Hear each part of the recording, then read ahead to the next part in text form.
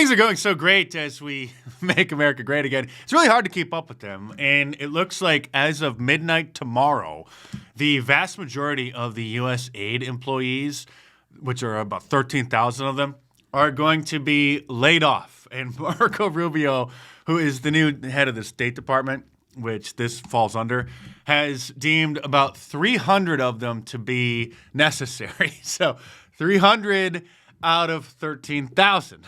So bye-bye. And as I'm sure you've seen, the Marxist Democrats are getting increasingly upset that the government is going to be saving American people tax dollars. We will fight their violation of civil service laws.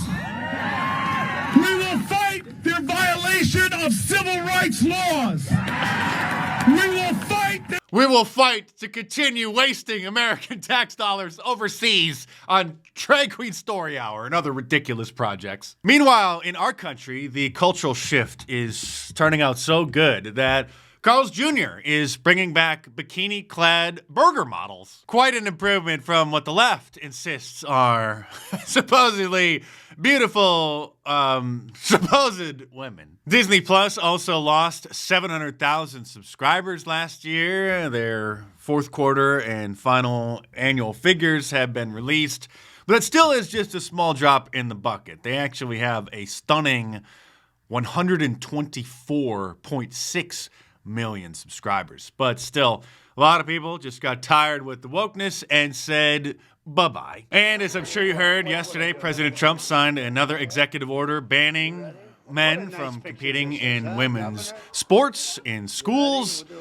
So we may not have to deal with any more Leah Thomases, although there are going to be a lot of lawsuits, so this is definitely not over yet. President Trump was joined by a bunch of young athletes as he signed the executive order, and just take a quick little comparison and contrast between President Trump dealing with the children and Creepy Joe.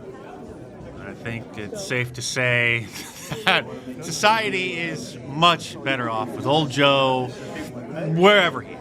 Female athletes have been forced onto the front lines, and men claiming to be girls have stolen more than 3,500 victories. That's a lot. And invaded more than 11,000 competitions designed for women. Last year, a male cyclist posing as a woman competed in the 800-mile Arizona Trail Race, a very big deal in cycling, and obliterated the women's course record by nearly 5.5 hours. Sounds like a lot, doesn't it, huh? 5.5 hours, but you have to hear the weightlifting records. You think that's bad. The weightlifting's worse. In 2023, a man in women's powerlifting broke 2 world records and outlifted his closest female opponent in one event by 440 pounds.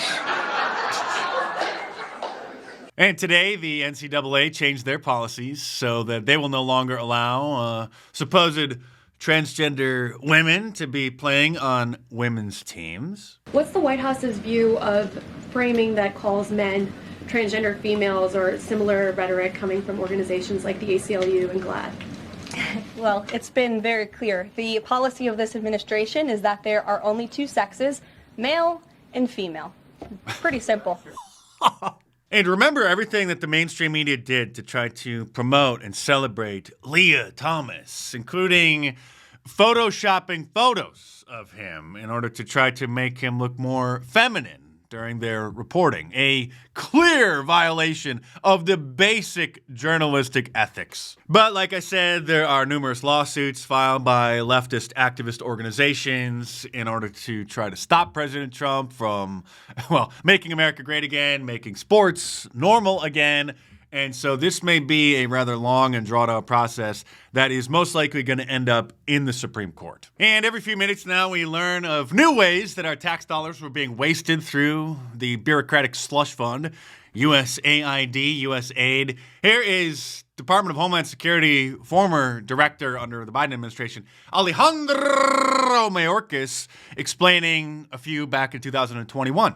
USAID already has launched a series of new initiatives to promote good governance and expand opportunities that will enable the people of El Salvador, Guatemala, and Honduras to build better futures in their home countries. This includes. So while our national debt is spiraling out of control, approaching the point where we may not even be able to pay the interest on the debt, we are just giving away free money to third world countries to help improve them. You can't really defend this kind of stuff.